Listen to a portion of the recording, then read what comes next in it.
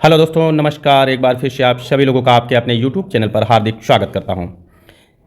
एक बार फिर से मैं लेकर आया हूं आप सभी लोगों के लिए गणित के महत्वपूर्ण प्रश्न जो परीक्षाओं में बार बार पूछे जाते हैं। ये वे प्रश्न हैं जिन पर आधारित प्रश्न परीक्षाओं में आपसे बहुत ज़्यादा पूछे जाते हैं। इसीलिए हम चाहते हैं कि आप ऐसे प्रश्नों का ज़्यादा से ज़्यादा अध्ययन करें, अभ्यास करें और इन प्रश्नों को तैयार कर लें जो लगातार परीक्षाओं में पूछे जाते हैं। तो चलिए हम लोग देर न करते हुए सीधे कंटेंट पर आते हैं और प्रश्नों का अभ्यास करते हैं। आप लोग कॉपी कलम साथ लेकर बैठिए, प्रश्नों को हल करने का प्रयास कीजिए और उसके बाद अब इनका हल देखिए, सॉल्यूशन देखिए कि किस प्रकार से हम लोग इनको कर पा रहे हैं। अगर आप लोगों को बेहतर कॉन्सेप्ट मिल रहा है तो आप उसे जरूर नोट कीजिए और आपको परीक्षा में लाभ देगा। तो चलिए शुरुआत करते हैं हम लोग। प्रश्न संख्या 1, दो संख्याओं का अनुपात 4:5 है। यदि बड़ी संख्या छोटी संख्या से 15 अधिक है तो दोनों संख्याओं का गुणनफल होगा। हमें यहाँ पर दो संख्याएं दी हैं। मान लिया जाए कि एक x दी है और दूसरी क्या होगी, y होगी, जिनका अनुपात 4:5 है। अर्थात हम ये कह सकते हैं कि x अनुपात y बराबर क्या होगा, तो आप कहेंगे 4/5 होगा। ठीक है ना। अब उसके बाद कहा है कि यदि बड़ी संख्या छोटी संख्या से 15 अधिक है, यानी कि बड़ी संख्या जो है वो छोटी से 15 अधिक है, तो इसको हम कैसे लिखेंगे। माना छोटी संख्या x होगी और बड़ी संख्या कितनी होगी, तो आप कहेंगे x + 15 हो जाएगी। ठीक है, और यही बराबर कितना है, 4:5। क्या आप इतना कर पाएंगे। अब इसको हम हटा देते हैं। ठीक है, अब क्या करना है, इसमें क्रॉस मल्टीप्लाई करनी, यानी कि यहाँ x × 5 होगा। x × 5 बराबर में क्या होगा, 4 ब्रैकेट में x + 15। ठीक है, इसको जब मल्टीप्लाई करेंगे तो क्या हो जाएगा, ये तो आप लोग बखूबी जानते होंगे, 5x हो जाएगा। यहाँ कितना हो जाएगा, तो आप कहेंगे 4x + 60 हो जाएगा। ठीक है, अब हम क्या करेंगे, वेरिएबल यानी कि चर वाली संख्याओं को एक तरफ और अचर वाली संख्याओं को एक तरफ। तो चर कहाँ है, तो हम क्या करेंगे, 5x, 4 इधर लाएंगे तो माइनस का 4x हो जाएगा और बराबर में हो जाएगा 60।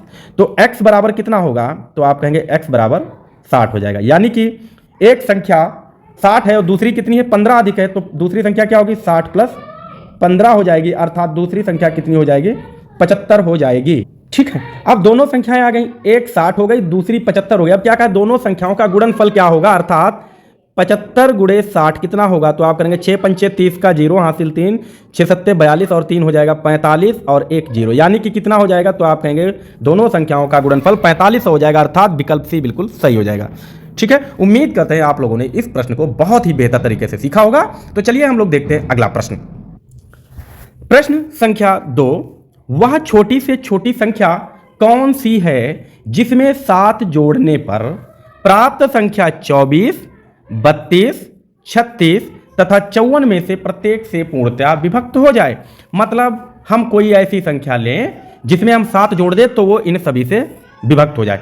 तो आप जानते हैं कि इन सभी से संख्या विभक्त होने वाली कौन सी होगी, तो आप कहेंगे कि इनका हम क्या निकाल दें, एलसीएम अगर ले लें तो ये एलसीएम जो आएगा वो इन सभी संख्याओं से भाग हो जाएगा और तो फिर उसमें से 7 घटा दें। जब एलसीएम से 7 घटा देंगे तो वही संख्या बन जाएगी। जब भी उसमें हम 7 जोड़ेंगे तो हमारी पूरी की पूरी विभक्त हो जाएगी। तो चलिए हम लोग देखते हैं कैसे करेंगे इसको। तो देखिए 24, 32, 36 और 54 का हम लासा निकालते हैं। तो सबसे पहले छोटी संख्या से निकालेंगे। 2 से भाग करें तो 12, 16, 18 और 27 होगा। फिर 2 से भाग करेंगे तो 6 हो जाएगा, 8 हो जाएगा, 9 हो जाएगा और यहाँ पे 27 रहेगा। 2 से भाग करेंगे तो 3 हो जाएगा, 4 हो जाएगा, 9 हो जाएगा और 27 रहेगा। फिर 2 से भाग करेंगे तो क्या हो जाएगा, 3 हो जाएगा, 2 हो जाएगा, 9 और 27 हो जाएगा। फिर 2 से भाग करेंगे तो यहाँ 3, 1, 9 और 27। अब 3 से भाग करेंगे तो 1 बार, 3 बार, 9 बार। फिर 3 से भाग करेंगे तो 1 बार, 3 बार और फिर से 3 से भाग करेंगे तो ये 1, 1, 1 बन जाएगा। अब हमें क्या करना है, इन संख्याओं को गुणा कर देना है। ठीक है, तो क्या करेंगे, 3 तियाई 9, 9 तिया 27, 27 दूना 54, 54 × 2 तो आप कहेंगे 108, 108 × 2 216, 216 × 2 432 और 432 × 2 कितना होगा, तो आप कहेंगे ये हो जाएगा 864। ठीक है, 864 वह संख्या होगी जो इन सभी संख्याओं से विभक्त हो जाएगी। अब कह रहा कि 7 जोड़ने पर प्राप्त संख्या इनसे भाग, यानी कि हम अगर इसमें से 7 घटा दें तो वह संख्या बन जाएगी। तो यहां से कितना होगा, तो आप कहेंगे 857 ऐसी संख्या होगी जिसमें हम 7 जोड़ देंगे तो यह सभी से विभक्त हो जाएगी, अर्थात विकल्प हमारा कौन सा हो जाएगा, तो विकल्प हमारा बी बिल्कुल सही हो जाएगा। क्लियर है? उम्मीद करते हैं कि यह प्रश्न भी आप लोगों ने बखूबी तरीके से समझ लिया होगा। देखते हैं हम लोग अगला प्रश्न, प्रश्न संख्या 3 की ओर। प्रश्न संख्या 3 बहुत ही बेहतर प्रश्न है और आप लोग ध्यान से इसको समझने का प्रयास कीजिए। ब्याज दर ज्ञात कीजिए। हमें ब्याज दर ज्ञात करना है। जब 1000 रुपये के मूलधन पर 5 वर्ष की अवधि में साधारण ब्याज 440 रुपये प्राप्त होता है, तो हमें ब्याज दर ज्ञात करनी है। तो ब्याज दर कितनी हो जाएगी, क्या आपको पता है? क्या 8.4 रहेगी, 8.5, 8.8 या 8.9? तो आप इसका एक फॉर्मूला जानते होंगे, SI यानी कि साधारण ब्याज बराबर क्या होता है, प्रिंसिपल यानी कि मूलधन, रेट यानी कि दर, गुणे टाइम यानी कि समय, बटे में क्या होगा, तो आप कहेंगे 100 हो जाएगा। साधारण ब्याज कितना दिया है, तो आप कहेंगे 440 दिया है, बराबर में मूलधन कितना, तो आप कहेंगे 1000 है, रेट कितना है, तो हमें रेट निकालनी है, और समय कितना है, तो आप कहेंगे 5 साल है, और बटे में 100 है। ठीक है, अब जब इसको हम हल करेंगे तो क्या हो जाएगा, 0 2 0 कट जाएंगे, तो यहाँ क्या हो जाएगा, 440 बराबर में R, और ये 10 और 5 यानी कि 10 गुणे 5 50 यानी कि बटे में आ जाएगा 50, और इसको हम 0 0 काटेंगे। जब 44 को 5 से भाग करेंगे तो कितना आ जाएगा, तो 8.8 आ जाएगा, अर्थात R बराबर 8.8 यानी कि दर हो जाएगी 8.8%। विकल्प हमारा जो C है बिल्कुल सही हो जाएगा। क्लियर है? उम्मीद करते हैं ये प्रश्न भी आप लोग बखूबी तरीके से कर पाए होंगे और समझ भी पाए होंगे। आसान प्रश्न था। अगला प्रश्न हम लोग देखते हैं, प्रश्न संख्या 4। बहुत ही उम्दा प्रश्न है। आप लोग देखिए, लगातार ऐसे प्रश्न परीक्षाओं में पूछे जाते हैं, बट्टा पर आधारित प्रश्न है, और उम्मीद करते हैं आप लोग इसे बेहतर तरीके से कर पाएंगे। तो हम लोग देखते हैं कैसे इसको किया गया है। ए ने एक रेडियो 20% लाभ पर बेचा, बी ने इसे सी को 10% हानि पर बेच दिया, तथा सी ने डी को 5% लाभ पर बेच दिया। यदि डी ने इसका मूल्य 1814.40 रुपये दिया हो तो ए ने रेडियो कितने रुपए में खरीदा? तो मान लो ए ने ये 100% पे रेडियो खरीदा होगा, है ना, ए ने 100% पर रेडियो खरीदा होगा। इस पे इसने कितना लाभ लिया, तो आप कहेंगे 20%, यानी कि इसे कितने में बेचा, 120% में बेचा होगा। फिर जो है बी ने इसे कितने पर खरीदा, 10%, बी ने इसे 10% हानि पर बेचा, यानी सी ने इसे 90% में खरीदा। ठीक है, और फिर जो है सी ने इसे डी को 5% लाभ पर बेचा। यानी कि अगर हम इनका एकल बट्टा निकाल लें तो हम देखते हैं कि एकल बट्टा कितना, टोटल बट्टा कितना मिला है। ठीक है, तो एकल बट्टा बराबर क्या होता है, एकल बट्टा हम पहले निकालेंगे, तो क्या निकालेंगे, पहले 20% लाभ, यानी कि 20% लाभ, 10% हानि पर बेचा, यानी कि 10% हानि। जब एक बार लाभ और एक बार हानि होता है तो साइन यहां पर माइनस का रहेगा, और 20 गुणे 10 रहेगा, बटे में 100 रहेगा। ठीक है, यहां 0 0 कटेगा, 0 0 ही। अब यहां क्या होगा, देखो 20 से 10 जाएगा तो बचेगा 10, और यहां माइनस का 2, यानी कि बचा 8%। बात समझेंगे? तो यहां से तो एकल बट्टा 8% निकला, यानी कि 8% का लाभ। अब उसके बाद फिर से बट्टा क्या होगा, यहां 8, तो 8, फिर क्या हुआ 8% यहां से, बाद वाला बट्टा क्या है, 5% लाभ, यानी कि यहां 5% लाभ। ठीक है, और दोनों लाभ हैं तो यहां पर प्लस रहेगा, 8 गुणे 5 रहेगा, और बटे में हो जाएगा 100। ठीक है, अब यहां से हम इसको हल करेंगे तो कैसे होगा, तो आप इसको 8 पंचे 40 है, यानी कि यहां कितना होगा, इसको हम ऐसे लिख लेते हैं कि 8 5 13 प्लस 40 बटे 100 हो जाएगा, तो 20 दूनी 40, 20 पंचे 100, और ये कितना हो गया, हम 2/5 को क्या लिख सकते हैं, तो 0.4 लिखेंगे, यानी कि लाभ कितना, 13.4% का टोटल बट्टा मिलता है। ठीक है ना, टोटल बट्टा 13.4 होता है। तो अब ये आप समझ गए होंगे कि 13.4% लाभ लिया गया, तो कितने में बेचा गया, यानी कि 113.4 प्रतिशत बराबर कितना है, तो 1814.40 है।